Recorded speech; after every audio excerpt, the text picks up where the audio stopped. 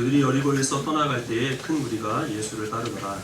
두 사람이 길가에 앉았다가 예수께서 지나가시나 보고 그들을 부르되 주여 우리는 두 사람이 여기 있어서 갈릴리에서 잠잠하니. 우리가 꾸짖어 잠잠하라 하되 더욱 소리질러 이르되 주여 우리를 불쌍히 여기소서 다윗의 자손이여 하는지라. 예수께서 머물러서서 그들을 불러 이르시되 너희에게 무엇하여 주기를 원하느냐. 이르되 주여 우리의 눈 뜨기를 원하나이다. 예수께서 불쌍히 여기사 그들의 눈을 만지시니 곧 보게 되어 그들이 예수를 따르니라. 지난주 우리가 읽은 말씀에서 예수님께서 세 번째로 십자가에서 순환을 당하시고 죽음을 당하실 것을 예고하셨죠. 근데 이 말씀은 예수님이 예루살렘에 올라가시려 할 때에 제자들에게 하신 말씀이라고 되어 있습니다. 예수님이 예루살렘으로 올라간 이유는 곧 십자가를 지시기 위함입니다. 그래서 세 번째 예고하신 것은 이제 예수님께서 죽으실 때가 되었다는 것을 제자들에게 암시한 것인데, 제자들은 그 예수님의 의도를 전혀 파악하지는 못하죠. 그래서 이제 누가 서로 높은 자리를 차지할 것인가 하는 자리 싸움을 한 그런 어리석은 모습을 보였습니다.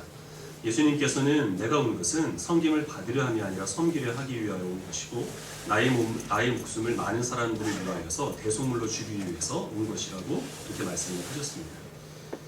이때 예수님을 따르는 많은 사람들이 있었는데, 예수님을 따라서 예수님이 계신 갈릴리에서 예루살렘까지 함께 동행한 이 사람들이 갖고 있었던 생각은 제자들이 갖고 있었던 생각과 똑같은 생각이었습니다. 예수님이 하실 일이 곧 이스라엘을 회복하실 일이고, 그래서 이제 예루살렘에 가면 예수님이 군사적인 행동을 하게 될 것이라 이것을 기대했던 거죠. 그럼 거기에 동참하기 위하여서 예수님을 왕으로 삼기 위하여서 예수님을 따르는 많은 사람들이 있었습니다. 갈릴리에서 예루살렘으로 가는 그 여정의 마지막 도시가 그 여리고인데요. 예수님께서 여리고를 이제 지나가려고 하실 때에 두 사람의 맹인이 예수님께 와서 부르짖습니다. 다윗의 자손이여 우리를 불쌍히 여기소서. 이 두 맹인이 예수님께 다가오는 것을 많은 무리들이 못마땅하게 여깁니다. 그래서 이 맹인을 꾸짖게 되는데, 이 많은 무리들이 이 맹인이 예수님께 다가오는 것을 못마땅하게 여겼던 이유는 예수님께서는 이제 큰 일을 하셔야 되잖아요. 나라를 회복하실, 나라를 구하실 이런 위대한 일을 해야 되는데, 이 맹인과 같은 비천한 사람들이 예수님의 앞길을 막는다는 겁니다. 그래서 예수님이 이 맹인들에 의하여서 방해를 받지 못하게 하기 위해서 이 맹인을 꾸짖습니다. 근데 예수님께서는 그들을 보시고 너희들이 무엇이 필요하냐라고 물으시고 그들의 눈을 만지셔서 그 눈을 뜨게 해주셨습니다. 그리고 이 맹인이 예수님의 뒤를 따랐다라고 말씀하고 있는데, 이것은 곧 이 맹인들이 예수님의 그 뒤를 따르는 제자가 되었다는 것을 의미합니다. 마태복음 9장에 보면 오늘 읽었던 이 말씀과 똑같은 내용이 있습니다. 그때도 두 맹인이 와서 주여 우리를 불쌍히 여기소서 다윗의 자손이여 이렇게 부릅니다. 예수님을 다윗의 자손이라고 부르는 그 호칭이 중요합니다. 다윗이 뭐 하는 사람이었죠? 직업이 뭐였습니까? 왕이죠. 왕인데 이스라엘의 왕은 그 후손이 계속 그 왕위를 유지하게 되어 있었습니다. 그래서 다윗의 자손이라고 부르는 것은 예수님을 왕으로 부르는 것이죠. 특별히 예수님께서 어떤 왕이시냐 하면, 하나님께서 이스라엘이 어려움 가운데 있을 때 하나님이 한 구원자를 보내셔서 그를 통하여서 이스라엘을 구원하실 것인데, 그는 다윗과 같은 왕이어서 다윗과 솔로몬 시대에 누렸던 그 영광을 이스라엘에게 회복할 것이라 하는 그 하나님의 말씀을 이룰 그 약속의 자손이라는 의미에서 다윗의 자손이라고 불렀던 것이죠. 즉 맹인들이 지금 예수님을 다윗의 자손이라고 부르는 것은 당신이 바로 하나님께서 우리를 위하여 보내어 주신 구원자이고 그리스도십니다 라는 그 신앙 고백이었던 겁니다. 맹인들이 공통적으로 예수님을 그렇게 다윗의 자손이라고 부를 수 있었던 이유는 하나님께서 그들에게 주신 이사야 42장 말씀이 곧 그 말씀을 이루기 위하여서 예수님께서 오셨다는 사실을 적어도 이 맹인들은 믿었기 때문이죠. 이사야 42장 말씀 같이 보겠습니다. 1절부터 9절까지의 말씀을 한 절씩 보도록 하겠습니다.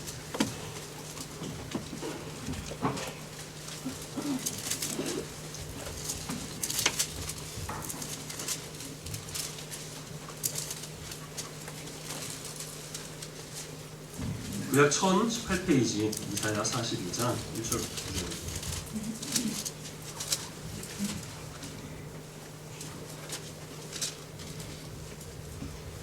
일절을 제가 먼저 읽고 9절까지 읽어보도록 하겠습니다. 내가 붙드는 나의 종, 내 마음에 기뻐하는 자, 곧 내가 택한 사람을 보라. 내가 나의 영을 그에게 주었은지 그가 이방에 정의를 베풀리라. 그는 외치지 아니하며 목소리를 높이지 아니하며 그 소리를 거기에 듣는 하지 아니하며 상한 갈대를 꺾지 아니하며 꺼져가는 등불을 끄지 아니하고 진실로 정의를 시행할 것이며 그는 취하지 아니하고 낙담하지 아니하고 세상의 죄를 세우게 이르리니 손들이 그를 바라나이다. 하늘을 창조하여 펴시고 땅과 그 소산을 내시며 땅 위의 백성에게 호흡을 주시며 땅에 행하는 자에게 명을 주시는 하나님 여호와께서 이같이 말씀하시되 나 여호와가 의로움을 부렸으니 내가 이스라엘 자와 너를 도와하며 너에서 백성의 언약과 나를 지키게 하리니 내가 눈먼 자들의 눈을 밝히며 갇힌 자를 감옥에서 이끌어내며 흑암에 앉은 자를 감방에서 나오게 하리라. 나는 여호와의 이긴 내 이름이라 나를 내 영광을 다른 자에게 내 찬송을 상하게 주지 아니하리라. 읽겠습니다. 보라 전에 예언한 일이 이미 이루어졌느니라. 이제 내가 새 일을 알리노라. 그 일이 시작되기 전에라도 너희에게 이르노라. 아멘. 하나님께서 택하시고 하나님이 기뻐하시는 그 하나님의 종, 즉 이스라엘을 위한 구원자 메시아가 어떤 일을 하게 될 것이고 그 일을 어떠한 방법으로 하게 될 것인가 하는 것을 오늘 우리가 읽은 이 말씀에서 하나님께서 설명을 하십니다. 하나님께서 보내신 구원자는 눈먼 자의 눈을 뜨게 하시고 그리고 또한 갇힌 자를 자유롭게 하시고 흑암에 앉은 자들에게 빛을 주시는 세상을 공의로 다스리는 일들을 하게 됩니다. 근데 이 일을 할 때에 세상에 있는 권세자들은 큰 일을 할 때 어떻게 하죠? 크게 선전을 내고 요란하게 소리를 내고 그래서 내가 이 일을 한다는 것을 모든 사람들이 다 알도록 그렇게 요란을 떨면서 그 일을 하지만 하나님께서는 그렇게 행하지 아니하시고 조용하게 은밀하게 아무도 모르게 이 일들을 행하신다는 겁니다. 왜냐하면 하나님께서는 상한 갈대를 꺾지 않고 꺼져가는 등불을 끄지 않는 온유하고 죄인을 불쌍히 여기시는 긍휼히 여기시는 하나님이시기 때문에 그렇게 조용하게 하나님의 이 일들을 행하신다는 것이죠. 그렇게 은밀하고 조용하게 그리고 겸손하게 그 일을 행하는 것이 곧 하나님의 영광이고 그 영광을 하나님께서는 결코 다른 우상들에게 빼앗기지 않겠다라고 그렇게 말씀하셨습니다. 그러면 이 이사야 42장 말씀을 읽고 또 아니면 듣고 하나님께서 약속하신 이 주님이 기뻐하시는 종이 속히 임하기를 가장 간절한 마음으로 소원했던 사람은 누구일까요? 앞을 보는 사람들이나 아니면 자기가 자유롭다고 생각하는 사람이 아니라 앞을 못 보는 맹인들 그리고 자신 스스로 무엇인가 갇혀있다고 생각하는 사람들이 이사야 42장에서 약속하신 이 다윗의 후손이 속히 임하여서 내 눈을 뜨게 해주기를 그리고 우리를 자유롭게 해주기를 간절히 고대했을 겁니다. 그래서 맹인들은 예수님이 지나간다는 소리만 들으면 예수님께 와서 다윗의 자손이여 우리를 불쌍히 여기소서 이렇게 부르짖었던 것이죠. 그러나 반대로 두 눈을 가지고 세상을 똑바로 볼 수 있는 사람들 그리고 자기 스스로 자유롭다고 생각하는 사람들은 그만큼 예수님을 간절히 의지하거나 고대하지 않았다는 것입니다. 그래서 상한 갈대와 같고 꺼져가는 등불과 같은 이 맹인이 와서 예수님께 긍휼을 구하는 것을 이제 큰 일을 행하실 사람에게 왜 네가 와서 방해하느냐 라고 그들을 꾸짖을 수밖에 없었다는 것이죠. 이 맹인들과 대조되는 사람들이 계속해서 우리가 읽은 이 여태까지 읽었던 성경 말씀에서 나왔는데 마태복음 19장 20장에서는 한 그 부자 청년이 예수님께 왔죠. 이 청년은 예수님께 어떻게 영생을 얻을 수 있습니까? 이렇게 물었고 예수님께서는 네가 가지고 있는 모든 소유를 다 팔고 가난한 자들에게 나눠주어라. 그리고 너는 나를 따라라. 이렇게 말씀하십니다. 너는 나의 제자가 되라 라고 말씀하신 것이죠. 그런데 이 부자 청년은 이 고침을 받은 맹인들과는 달리 예수님의 뒤를 따르지를 않습니다. 왜 그랬죠? 상한 갈대가 아니고 꺼져가는 등불이 아니었기 때문에 그렇죠? 포기해야 될 것이 너무나 많이 있어서 재물이 많은 거로 근심하여 그는 돌아갔습니다. 그리고 또 대조되는 인물들이 있는데 예수님께 와서 자비를 구한 이 맹인들을 꾸짖고 그리고 또 나무란 거기에 있는 모든 무리들이었습니다. 예수님의 제자들은 어떻게 반응을 했을까요? 예수님께 이 맹인들이 다가오는 것을 만류한 그 군중들을 꾸짖었겠습니까? 그렇지 않으면 그 무리들과 한 무리가 되어서 예수님께 오는 이 맹인들을 함께 나무랬을까요? 아마 이 무리들과 한 패가 되어서 그 맹인들을 꾸짖는데 이 제자들은 동참을 했을 겁니다. 우리 마태복음 19장 말씀을 같이 한번 보겠습니다. 마태복음 19장 13절부터 15절입니다.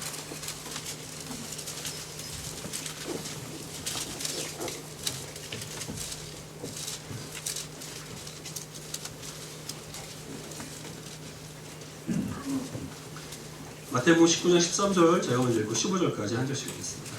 그때 사람들이 예수께서 안수하고 기도해 주심을 바라고 어린아이들을 데리고 오매 제자들이 꾸짖거늘 예수께서 이르시되 어린아이들을 용납하고 내려오는 데서 잘라 읽겠습니다. 그들에게 안수하시고 거기를 떠나시니라. 어떤 사람들이 자기 자녀들을 데리고 와서 예수님께 기도를 부탁을 합니다. 그런데 제자들은 이 자기 자녀를 데리고 와서 기도를 부탁하는 이 부모들을 꾸짖습니다. 이유가 뭐죠? 똑같은 이유죠. 내가 모시고 있는 예수님은 큰 인물이고 그리고 또 위대한 일을 하실 그런 분이신데 어찌하여 이런 하찮은 어린아이들을 데리고 와서 기도하는 일에 우리 예수님을 성가시게 하느냐 이것이죠. 그러나 예수님께서는 천국은 이런 어린아이들과 같은 자들의 것이라고 말씀하시고 그들을 영접하시고 그들을 환영하시고 그 아이들에게 안수하여 기도하여 주시고 그리고 거기를 떠나시게 됩니다. 이 성경 순서가 참 오묘한데요. 이렇게 어린아이들을 데리고 온 부모님이 있고 그 다음에 예수님을 찾아온 사람이 부자 청년입니다. 그리고 그 다음에 예수님을 찾아온 사람은 두 맹인이었습니다. 다른 사람들이 이 사람들이 예수님께 오는 것을 다른 사람들이 꾸짖은 이 두 어린아이와 같은 작은 자들과 같고 그리고 또한 사한 갈대와 같은 그 사람들이 양 옆에 있고 그리고 부자 청년과 같이 다른 사람들이 환영할 만한 그런 사람이 사이에 있었다는 것이죠. 어린아이들이 예수님께 오는 것을 꾸짖었던 이 제자들이 이 부자 청년이 예수님께 오는 것은 어떻게 했을까요? 아마 길을 내줬겠죠. 예수님께 이 부자 청년을 안내를 했을 겁니다. 왜냐하면 그만큼 이 부자 청년은 다른 사람들에게 존경을 받을 만한 가치가 있었기 때문에 그랬겠죠. 그러나 예수님께서는 다른 사람들이 예수님께 오는 것을 꾸짖은 그 어린아이와 그리고 맹인을 환영하시고 오히려 다른 사람들이 예수님께 오는 것을 당연스럽게 여겼던 이 부자 청년은 실망시키셔서 돌려보내셨습니다. 즉 세상 사람들이 존중히 여기는 것을 예수님께서는 하찮게 여기시고 세상 사람들이 하찮게 여기는 것을 예수님께서는 존중하신다는 것을 이 연속적으로 일어나는 사건들을 통하여 하나님께서는 우리들에게 알려주시는 것입니다. 두 맹인이 고침을 받은 사건은 마태복음 9장에도 나온다고 말씀을 드렸죠. 이 순서도 재미있는데 마태복음 9장에서 두 맹인이 고침을 받은 이후에 마태복음 10장에서 예수님께서는 12제자를 세상에 파송을 하십니다. 그리고 두 맹인이 고침을 받은 이 사건 이후에 이 사건 이전에 예수님의 제자들이 서로 자리다툼을 하고 있었던 그 어리석은 모습을 보이게 되죠. 영적으로 눈을 뜬다는 것이 무엇인가? 하나님께서 지혜를 주셔서 옳고 그른 것이 무엇인가를 분별하는 것이 어떤 의미가 있는가 하는 것을 예수님께서는 이 마태복음을 통해서 우리들에게 알려주십니다. 우리들은 하나님께서 소중히 여기신다면 다른 사람들은 다 사한 갈대하고 꺼져가는 등불과 같아서 하찮게 여기고 그런 사람이 어떻게 하나님께 가까이 올 수 있겠는가라고 여기는 그런 모든 것들을 다 우리가 하나님의 마음을 품고 소중히 여긴다면 그러면 우리가 영적으로 눈을 뜨게 된 그리고 우리가 자유롭게 된 그리스도인으로 살아가는 것입니다. 그리고 또 마찬가지로 그러나 반대로 하나님께서 소중히 여기는 것을 세상의 관점으로 봐서 하찮게 여기는 그런 어리석은 모습으로 살아간다면 우리들은 주님의 제자가 되고 그리스도인으로 살아가는 것 같은 그러한 스스로의 그 착각으로 살아가지만 우리들은 여전히 영적인 어두움 가운데 갇혀있는 그런 어리석은 죄인이라는 것을 하나님께서는 우리들에게 말씀해 주시는 것입니다. 이번 성탄절에 마트에 산타 할아버지들이 줄 서 있었다고 하죠. 우리 어린 친구들 선물 다 받으셨어요? 성탄절 선물? 산타 할아버지들에게? 혹시 티라노킹 받은 친구 있나요? 부모님께 효도해야 됩니다. 티라노킹을 구입하려고 어른들이 몇 시간씩 줄을 서 있었다고 해요. 아이들은 다 이제 그 선물을 원하는데 워낙 그 물건이 없으니까 마트에서 몇 시에 들어옵니다 라고 그렇게 알려주면 그 시간에 맞춰서 그걸 사려고 어른들이 줄 서 있었다는 거죠. 어른들이 아니라 산타 할아버지가 아직 우리 어린 친구들 동심을 깨뜨리면 안 되니까 산타 할아버지들이 거기 줄을 서 있었다고 하는 거죠. 파는 장난감도 많은 게 산더미처럼 쌓여있는 게. 혹시 여기 계신 분 중에 허니버터칩 드셔보신 분 계시나요? 먹었다는 사람에 대한 소식은 있지만 먹어본 적은 없는 전설의 과자. 편의점에서 파는데 들어오자마자 동이 나고 그리고 또 이게 원래 정가가 1,500원인데요. 시중에서 10,000원에 거래되고 있는 환상적인 과자입니다. 전 구경도 못했는데 혹시 뭐 드셔볼 기회가 있는 분은 저도 좀 맛이 어떤가? 좀 이상하지 않습니까? 과연 그것이 그럴 만한 가치가 있을까요? 허니버터칩이 전국에 있는 어느 편의점에 들어왔다는 그 정보를 공유하는 인터넷 사이트가 있다고 해요. 그리고 서울에 사는 어떤 사람이 청주에 있는 편의점에 그 허니버터칩이 들어왔다는 소식을 듣고 한 걸음에 달려가서 그걸 사왔다고 자기 SNS에 자랑 삼아 글을 올리고 많은 사람들이 좋아요를 눌러주는 그런 현상이 일어나고 있습니다. 이게 과연 정상적인 일일까 하는 것을 우리가 한번 생각해 볼 필요는 있겠죠. 사람들이 전부 다 생각하는 것이 비슷비슷합니다. 사람들이 좋아하는 것, 사람들이 존중히 여기는 것들은 모두 다 비슷비슷한데 그것들의 그 수는 다 한정이 되어 있어서 그것을 차지하는 사람들은 극소수죠. 그래서 그것을 얻은 사람들은 너무나 기뻐하고 그것을 얻지 못한 사람들은 그 사람들을 부러워하는 그런 일들이 있습니다. 근데 과연 그것이 그렇게 얻을 만한 티라노킹이나 아니면 허니버터칩이 그럴 만한 가치가 있는 것인지, 그거보다 더 중요한 일들이 있는데 우리가 그보다 더 덜한 열정을 쏟는 것은 아닌지 사람들은 한번 그것을 생각해 볼 필요가 있습니다. 현대사회를 이야기를 할 때 포스트 모더니즘 사회라 이렇게 얘기하는데 그것은 곧 다양성을 뜻합니다. 과거에는 그렇지 않았다는 거죠. 중세 때는 사람들이 다 하나님, 그리고 종교개혁 시대 때는 성경, 이제 이런 것에 획일적인 어떤 가치에 사람들이 강요를 당하고 있었다고 한다면 현대인들은 그렇지 않다는 겁니다. 이제 그런 절대적인 진리 이런 것에서 벗어나서 저마다 자기 진리를 추구하며 살아가는 자유를 누리며 살아간다. 이것이 포스트 모더니즘이, 참 오랜만에 모국어를 쓰려니까 참 말이 안 되는데 포스트 모더니즘이 추구하는 그 가치입니다. 근데 오늘날은 세상이 오히려 거꾸로 가고 있죠. 자꾸 사람들을 줄을 세웁니다. 맛집에 가면 1시간 넘게 줄을 서서 밥을 먹습니다. 옆집에 있는 가게는 텅텅 비어있는데 그렇게 하죠. 뭐 코스트코나 아니면 이케아나 이런 마트가 들어와도 자기 돈 주고 자기 물건을 사는데 1시간씩 기다려서 주차장에 들어갑니다. 새로운 핸드폰이 나와도 줄을 서서 사람들이 살아가죠. 이런 것은 지극히 작은 부분인데요. 티라노킹을 사기 위하여서 어렸을 때 자기 부모를 줄 세운 우리 어린 자녀들이 커서 이제는 자기가 원하는 학교에 들어가기 위하여서 줄을 서야 되죠. 학교를 졸업하게 되면 자기가 원하는 직장에 들어가기 위하여서 역시 줄을 서야만 하는 것이 세상 사람들의 모습입니다. 왜 사람들은 저마다 원하는 것이 똑같을까요? 가끔 제가 차를 타고 먼 곳에 나가다가 여중생들을 보면 깜짝 놀랍니다. 아니 왜 우리 딸이 저기 서 있지? 입고 있는 옷하고 하고 다니는 머리 모양이 똑같습니다. 누가 강요한 건 아니죠.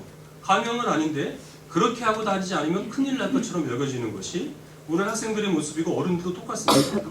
텔레비전을 틀어보면 예능에 무엇을 가지고 사람을 웃길까 하는 그 내용들이 다 똑같습니다. 프로그램을 구분할 수가 없습니다. 드라마도 역시 마찬가지죠. 저마다 다양하게 살아간다. 그래서 우리는 자유롭다. 이렇게 현대인들은 주장하고 그래서 하나님을 부인하지만 결국 하나님을 부인해서 떠난 사람들이 다른 것에 강압적으로 붙들려 살아가고 사는 그런 사람들의 모습을 우리가 쉽지 않게 발견할 수 있고 우리도 그 한가운데 있다고 하는 것이죠. 그래서 일어나는 일들이 무엇이냐 하면 바로 이렇게 예수님께서 존중하시는 이 맹인과 같이 세상에서 가치가 없다, 의미 없다 라고 여겨지는 사람들은 마음껏 무시하고, 그리고 또 반면에 이런 사람들은 정말 예수님께도 하나님께도 인정받을 만한 가치가 있다고 여겨지는 사람들에게 우리의 모든 관심들이 가 있는 그런 모습으로 우리가 살아가면서도 도무지 그것이 잘못인지 모르며 살아가는 것이 오늘날 우리 그리스도인들의 모습이라고 하는 것입니다. 하나님께서 우리들에게 주신 은혜, 주님께서 우리에게 주시는 그 그리스도인으로 살아가는 그 복이 무엇이냐 하면 바로 이러한 영적인 어둠 가운데서 우리를 벗어나게 해주시는 것이죠. 영적인 눈이 뜨게 해주셔서 정말 의미 있는 일, 정말 가치 있는 일, 정말 우리가 생명과 시간과 우리의 모든 노력들을 다해서 추구해야 될 일이 무엇인지를 바르게 보여주는데 우리가 성도로 살아가는 만족과 기쁨이 있습니다. 티라노킹을 얻었다, 내가 멀리 가서 허니버터칩을 사왔다 라고 하여서 그것을 자랑삼아 SNS에 올리고 또 그것을 부러워한 그 많은 사람들이 제가 생각하기에는 어느 정도 시간이 지나면 스스로의 모습을 부끄러워할 때가 오지 않을까라는 그런 생각을 해봅니다. 이런 예화를 들 때마다 제가 노파심이 있는데 티라노킹을 사기 위하여서 줄 쓴 사람들은 그러면 회개해야 될 죄인이고 허니버터칩 먹은 사람들은 지옥 간다, 지금 그 얘기하는 것이 아니죠. 우리 자녀들이 원하면 몇 시간씩 줄을 서서 그거 하나 못 사주겠습니까? 뭐 맛있다고 하는데 그런 과자 멀리 가서라도 먹어볼 수 있겠죠. 제가 말씀드리는 것은 너무 과도하게 그런 것에 의미를 두고 살아가는 것을 뜻하는 그러한 부분에서 지금 말씀을 드리는 겁니다. 이러한 열정을 쏟아서 이것을 얻었다라는 것을 만약에 그 사람들이 부끄럽게 여길 때가 온다면 우리도 얼마든지 그럴 수 있습니다. 지금 우리들이 간절히 고대하며 살아가는 것이 무엇입니까? 다른 사람들이 가졌는데 내가 갖지 못하여서 그것 때문에 너무나 안타까운 마음을 가지고 속까지 상할 정도로 그것을 간절히 열망하고 추구하는 그것이 정말 의미 있고 가치 있는 것인지 한번 면밀히 살펴볼 필요가 있겠죠. 또 반대로 다른 사람들은 갖지 못했는데 나는 이것을 가지고 있다 하는 그런 이유로 인하여서 우리들이 기뻐하고 만족한다면 그것이 정말 하나님께서 그것을 합당하게 여기시기 때문에 그런 것인지, 그렇지 않으면 그저 다른 사람들이 그것을 중요하게 생각했고 그것을 내가 그저 소유하고 있기 때문에 그래서 그런 것인지 우리는 스스로를 정직하게 돌아볼 필요가 있습니다. 하나님께서 주시는 지혜, 하나님께서 주시는 마음, 이 모든 것을 가지고 우리가 세상을 주님께서 주시는 그 은혜대로 판단치 아니하면 우리는 결국 세상을 그리스도인으로 살아가면서도 여전히 영적으로 눈이 어두워서 예수 그리스도를 따르지 못하고 세상을 따르는 그런 연약한 성도의 모습으로 살아갈 수밖에 없는 것입니다.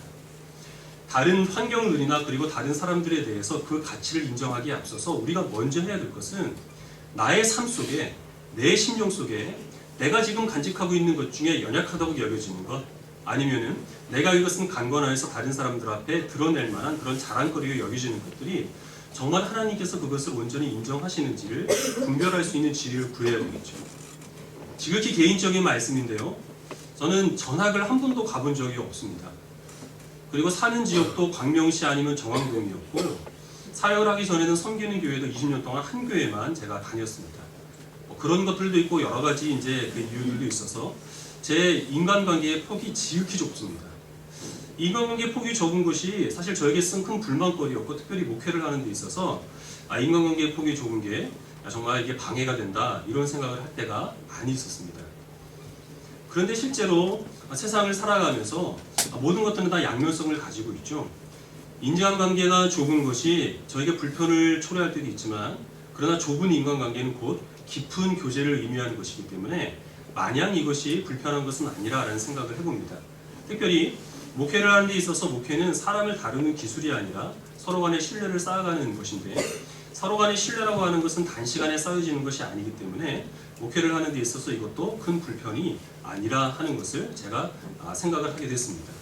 또 저에게 있어서 다른 사람들보다 더 뛰어난 점이 무엇인가 라는 것들을 생각해 봤는데 하나밖에 없죠. 우월한 미모, 그거밖에 없습니다. 그러나 그게 별로 세상 사람들에 큰 도움이 안 됩니다. 여러분들도 다 나도 그런데 뭐 이런 얼굴이 있는데 모든 부분에서 다 그렇습니다. 우리 청소년들 외모에 관심이 많으시죠? 연예인 같은 얼굴을 하나님께서 주지 않은 것에 대해서 때로는 속상할 때가 있을 겁니다. 그러나 여러분들은 못생겨도 구원받을 수 있다는 살아있는 증인들이죠.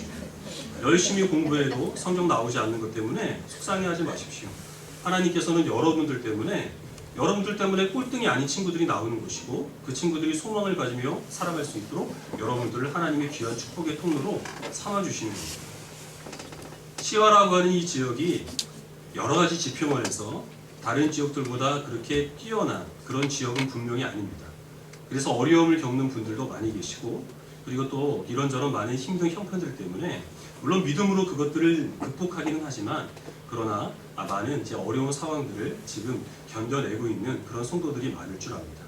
세상 사람들은 그런 것들을 가지고 악하다, 또 그런 것들을 피해야 될 그런 재앙으로 생각을 하겠습니다만은, 그러나 하나님께서 왜 이 땅 가운데 오셨고 하나님이 관심을 갖는 사람들이 누구인가? 상한 갈대와 같고 꺼져가는 등불과 같은 연약한 자를 하나님께서 살피시고 그들을 긍휼히 여기신다는 사실을 알게 되면 우리들은 그래서 신앙생활을 하게 되는 것일 수도 있습니다. 어렵고 힘들고 부족하여서 하나님의 은혜를 더욱더 사모하며 주님께 나오는 것일 수도 있기 때문에 그것들이 다 우리가 불평하고 원망할 그런 내용은 아니라고 하는 것이죠.